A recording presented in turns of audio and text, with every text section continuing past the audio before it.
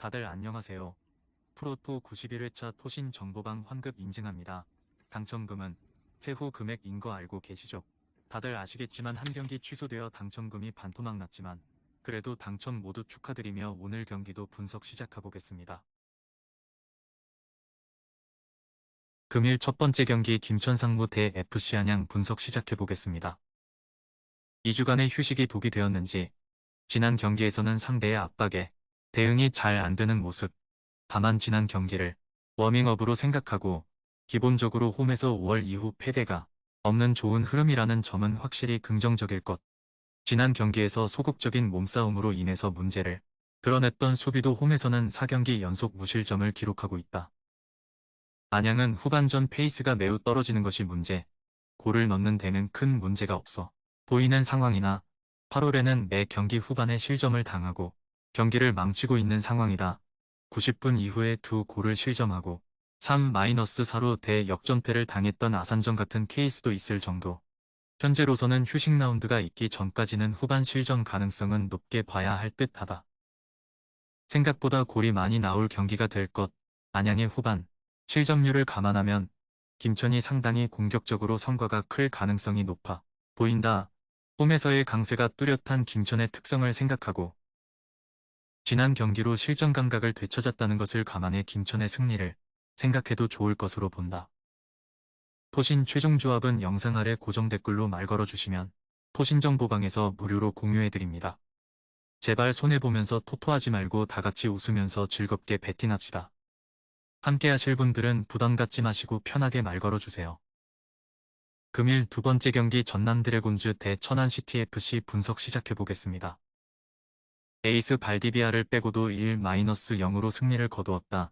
기상 상태가 좋지 않아 발 밑으로 뭔가를 하기에는 어려울 것이라고 판단했고 하남을 발디비아 대신 투입해서 공중볼을 노린 것이 적중. 홈에서는 4월 이후로 쭉 무패를 달리는 등 피오를 향한 발걸음을 재촉하는 대동력이 되고 있는 상태. 물론 천안의 최근 분위기와 소비 상태가 심상치는 않다.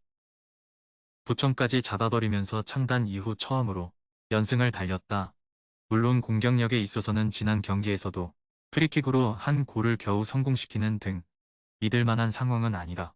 다만 상대의 공세를 극단적인 수비로 막아내는 퍼포먼스는 상당히 좋고 시즌 내내 수비로 인해 고통받으면서도 수비 조직력을 키운 보람은 느끼고 있는 상황으로 보면 되겠다. 홈에서 강한 전남이 기본적으로는 우세일 것. 지난 경기에서 에이스를 아끼고 승리를 거두기도 했다. 다만 천안의 최근 수비 조직력과 기세 자체도 만만하지 않은 상황이라 전남이 홈임에도 많은 득점을 담보하기까지는 어려울 것으로 본다. 토신 최종 조합은 영상 아래 고정 댓글로 말 걸어주시면 토신정보방에서 무료로 공유해드립니다. 제발 손해보면서 토토하지 말고 다같이 웃으면서 즐겁게 배팅합시다. 함께 하실 분들은 부담 갖지 마시고 편하게 말 걸어주세요. 금일 세 번째 경기 성남FC 대 충북청주 분석 시작해보겠습니다. 지난 경기에서는 전방 압박으로 초반부터 주도권을 잡은 것이 주요했는데 충북청주를 상대로 이 방식이 통할 것 같은지는 의문. 아직 충북청주의 수비에 균열이 있는 상황이라고 보기는 어렵고 지난 경기 상대인 김천은 2주간의 휴식기 때문에 실전 감각이 땅에 떨어진 상황이었기 때문 오히려 강한 압박으로 인해서 후반 실점률이 더 올라가지는 않을지 걱정해야 할 수 있다. 지난 경기에서는 상대가 선제골을 넣고 잠가버리자 이를 뚫어내지 못했다. 그래도 한 골로 상대의 공격을 잘 제어하면서 수비의 문제를 드러냈다고 보기는 어려웠고 조르지 등 외국인 선수들의 폼도 나쁘다고 보기는 어려운 상태. 견고한 수비로 전반을 버티고 성남의 고질적인 약점인 후반에 승부를 걸어보는 것도 생각해볼 수 있을 것. 충북청주의 수비가 문제였다고 보기는 어려웠던 것이 사실이었고 이를 바탕으로 전반을 버티고 성남의 약점인 후반 실점률 증가를 노려볼 수 있을 것. 성남이 압박 위주로 나서는 상황에서는 체력적인 면을 상당히 소모해야 한다는 단점이 있다. 토신 최종 조합은 영상 아래 고정 댓글로 말 걸어주시면 토신정보방에서 무료로 공유해드립니다. 제발 손해보면서 토토하지 말고 다같이 웃으면서 즐겁게 배팅합시다. 함께 하실 분들은 부담 갖지 마시고 편하게 말 걸어주세요. 금일 네 번째 경기 대전 시티즌 대 수원 삼성 분석 시작해보겠습니다.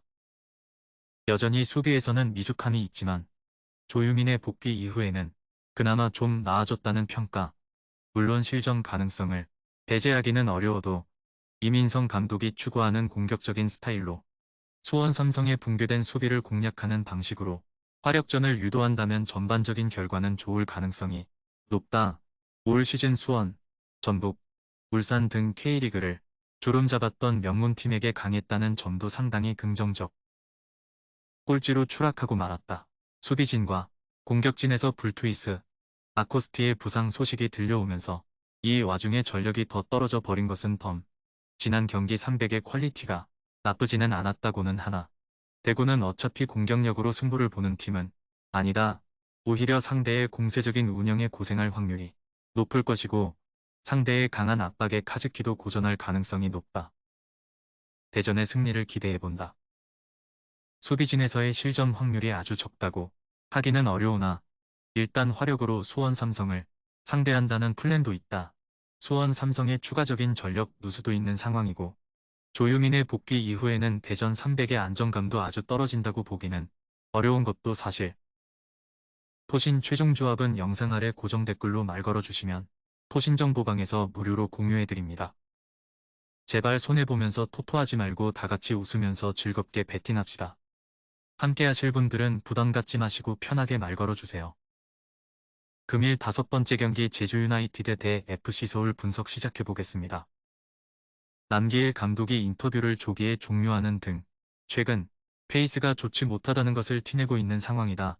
그 인터뷰 와중 감독이 공격수들의 폼을 지적하는 모습이었는데 사실 지난 경기에서도 공격의 세밀함이 떨어지는 등 제주의 전술적인 세부 사항이 부재한 듯한 모습, 공격 부진에는 선수들의 폼만 탓할 건 아니라는 이야기다. 꾸준히 공격적인 모습으로 상대를 몰아 붙이고 있기는 하나 지난 경기에서도 9개의 유효 슈팅 중 하나도 골로 연결된 것은 없었다.